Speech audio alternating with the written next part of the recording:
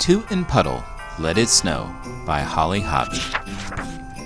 Christmas was just around the corner, and Puddle hadn't seen a single snowflake yet. Just let it snow, he wishfully pleaded to the sky. There had to be snow. His friend Toot was more concerned about another matter altogether. He wanted to give Puddle a wonderful surprise for Christmas, the best present ever. He knew that the best present was usually something you made yourself, a one-of-a-kind thingamajig, not just a what's-it anyone could buy at a store. One year, he made Puddle a bright red sled. They named it the WP Rocket. Another year, he gave his pal a mysterious seed pod. They waited half the winter to see how it would bloom. And just last Christmas, he presented Puddle with a real raft, big enough for two, the WP Pond Lily Queen. They couldn't wait until spring to launch it. This year, though, Toot was really stumped. Puddle was a contented homebody. He was a cook and a gardener and an artist. He loved trees and birds and his own backyard. He was certainly the best friend you could have. What could he possibly give good old Puds for Christmas? Cook, gardener, artist. One year he knit him a wool sweater, robin blue egg. Another Christmas he gave him a purple ball for balancing on. Then there was the year of Puddle's giant plum pudding, which kept them merrily stuffed for a month. Puddle knew Toot inside and out. His friend loved hiking and adventuring and strange places. He loved maps and gear and exciting weather. He was brave and daring and jolly. He was the best friend ever. What was just the thing for good old Toodles this year?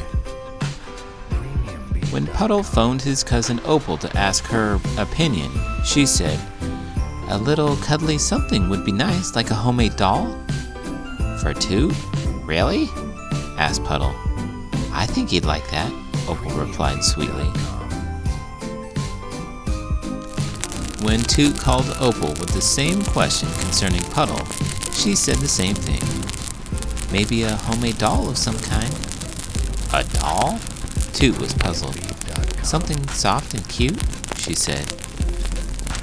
That night it began to snow. The next morning Toot and Puddle awoke to a new world. The snow that had been silently falling through the night now blanketed everything with a hushed, gleaming luster. "The skis!" Toot called. "Where are the skis?" "I've got them," Puddle cried eagerly. "Let's go!" The path through the woods became a magical journey. The two friends skied along in silence, stirred by the beauty surrounding them. When they stopped to rest, Puddle said, "I wish I could take this morning and put it in my pocket and keep it forever." "Me too," Toot sighed. "It's perfect." But then by evening, hard rain began to fall. "Oh no," Puddle protested. By the next day, the glorious snow was gone. "I can't believe it," Toot frowned. "Neither can I," Puddle said sadly. "I was all set to go sledding." His spirits had been momentarily dampened. Still, Christmas was coming. It was almost here, snow or no snow, and the two friends soon plunged into a state of busy excitement. As for the presents, Toot spent every spare minute in his workshop in the basement, clearly inspired at last. And Puddle was up to something equally private and absorbing in the attic. On Christmas Eve, the two friends emerged from their workrooms, and each of them carried a handsomely wrapped something or other. "Wouldn't you like to open your present right now?" Toot asked. "We have to wait until tomorrow," Puddle said, "when Opal comes."